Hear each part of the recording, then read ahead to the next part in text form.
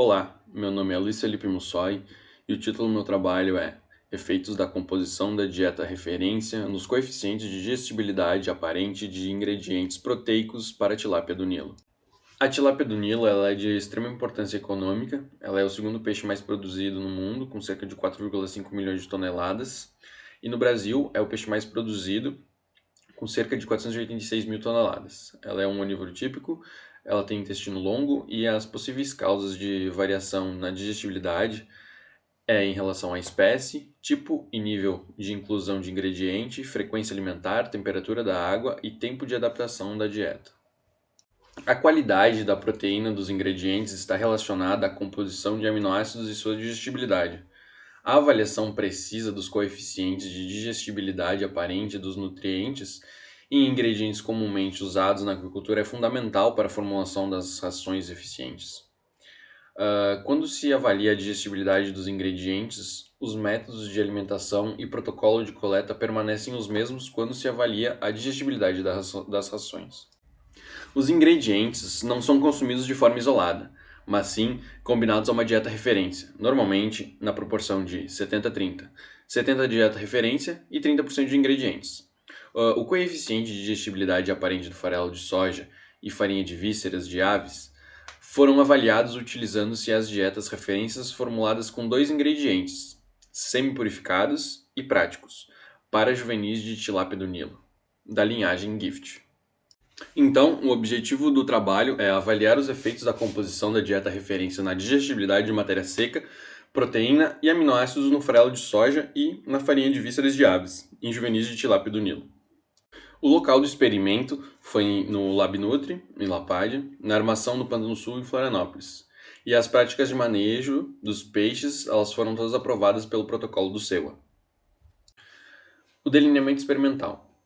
Então, foram feitas duas dietas referências, uma de ingredientes semi-purificado e outra de ingredientes práticos. Nas dos ingredientes semi-purificados, foi feita a divisão de uma dieta com 30% de farinha de vísceras e 70% de ingredientes semi-purificados, a outra com 30% de farelo de soja e 70% de ingredientes semi-purificados. Nos ingredientes práticos, então, foi feito 30% de farinha de vísceras e 70% de ingredientes práticos. Na outra foi feita de 30% de farelo de soja e 70% de ingrediente prático. Então, os ingredientes testes eram o farelo de soja e a farinha de vísceras, e todos foram feitos em quadruplicatas. O processo de fabricação das dietas foi feito na fábrica do Laboratório de Nutrição, no LabNutri, da UFSC. Inicialmente foi feita a moagem dos ingredientes, a peneira, pesagem, mistura, extrusão e depois a secagem. A formulação das dietas de referência ficaram assim, então. A semi-purificada foi adicionado amido de milho, caseína, gelatina, celulose, óleo de soja, óleo de peixe, fosfato bicálcico, premix de vitaminas e minerais e colina e óxido de nítrio como marcador inerte. Já a prática foi adicionado farinha de peixe, concentrado de soja, concentrado proteico de soja, milho, óleo de soja, o premix de vitaminas e minerais e colina e o óxido de ítrio. Aqui está a tabela de composição centesimal das dietas referências e dos ingredientes testes.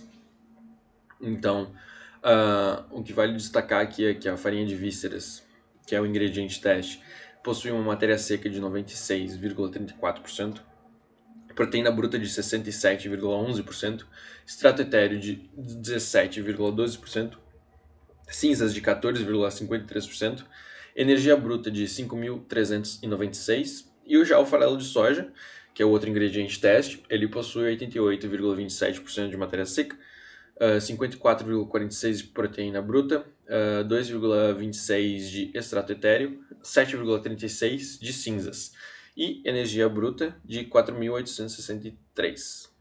Então foi feita a aquisição de alevinos de tilápia da linhagem Gift, invertidos sexualmente, de uma piscicultura de Santa Catarina. Eles foram aclimatados e foi feita a quarentena de 15 dias em tanques de 1.000 litros conectados a um sistema de recirculação. Então, já nas condições experimentais, os peixes foram alocados em 24 tanques de 115 litros. Cada tanque possuía 23 peixes, com uma biomassa aproximada de 1,5 kg. O peso inicial foi de 65 gramas de cada peixe. Eles estavam ligados em um sistema de recirculação que possuía a temperatura de 28 graus controlada e o fotoperíodo de 12 horas. As alimentações eram às 10 horas e às 16 horas até saciedade aparente.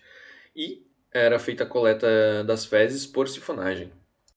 Então aqui está um esquema de como era feito o manejo diário. Às 8 horas da manhã até às 9 horas era feito os testes de qualidade de água, às 10 horas era feita a primeira alimentação, às 16 horas era feita a segunda alimentação e às 17h30 era feita a limpeza dos tanques. Às 18 horas era fechado o sistema de recirculação e às 19 horas era feita as coletas de fezes. As análises foram feitas em diferentes laboratórios. As análises centesimais foi feita no LabNutri, as análises de aminoácidos e ingredientes foi na NIR, na Evonik, as análises de aminoácidos, rações e fezes foi feita na HPLC, da Evonik, e o ítrio foi feito com espectrometria de massa no laboratório de espectrometria atômica da UFSC. Então, essas foram as fórmulas dos cálculos para digestibilidade e todas as análises estatísticas foram feitas com teste T com um nível de significância de 5%.